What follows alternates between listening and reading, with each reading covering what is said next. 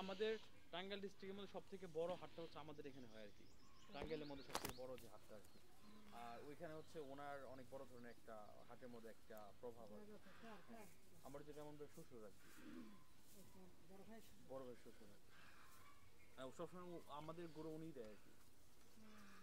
এবং দেখা গেছে অনেক সময় হয় কি, যেমন গত বছর একটা গরু ছিল আপনার, উনি দেখছে যে কম দামে পেয়েছে গরুটা আপনার 1,70,000 টাকা। এটা 4 মাস আগে উনি কিনে রেখে দিচ্ছে আর কি। আমাদের জন্য 4 মাস উনি পালছে এই করছে, পরে দিয়ে দিচ্ছে, মানে এক্সট্রা কোনো টাকা নাই না আর কি, আমি দিতে চাইছি বাট গরুদের সাথেই মানুষ করে ফেলেছে। জামাই হচ্ছে জামাই যে কোরবানি দিবে সে জায়গায় শ্বশুর নেওয়া কেমন যায়? নেয়? ওটা তো বিজনেস ছিল আর কি, আমরা বললাম যে আমরা এক্সট্রা দিয়ে দিবেন আর কি।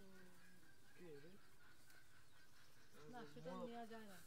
এই মোরগের হ্যাঁ, এটা তো বাচ্চা আমরা তো আমাদের পক্ষ থেকে ট্রাই করছি দেওয়ার জন্য। অবভিয়াসলি বলতে হবে ফর্মালিটি। হ্যাঁ, formality যেটা। ওই যে নিয়ে না ছাগল নিয়ে আছে তাহলে। এইভাবেই করতেছে বিয়ের পরে থেকে, গত 5-6 বছর ধরে আর কি সবসময়। আচ্ছা, চিন্তা করতে হবে না, কারণ গরু কেনার হ্যাজার্ড।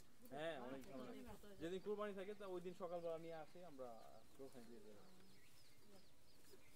তোমাদের এখানে কি কোনো কবরস্থান আছে? হ্যাঁ, এটা হচ্ছে আমার আমার দাদা আছে, যেটা না, আমরা, এই যে বেড়া যায় হ্যাঁ এটা হচ্ছে খবর, এটা হচ্ছে আমাদের প্রতিবেশী আর কি। মানে প্রতিবেশী বলতে হচ্ছে এই যে এই বাড়ির যে আছে আর কি,